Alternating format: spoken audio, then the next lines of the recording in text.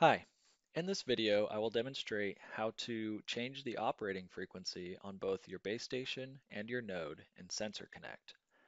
Let me first note that in order to change the operating frequency of your node, you must first change the frequency of your base station. Let's begin. Click on your base station and click on Change Frequency.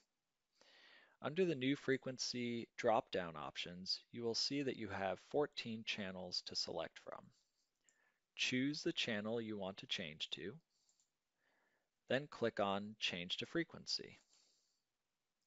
Now, to change the frequency of your node, click on the base station and click on Nodes on Other Frequencies. Find your node in the list. I'm using 65116. Click on it and click Move Node to Frequency. The node should populate below the base station in your device's panel now that they are on the same operating channel.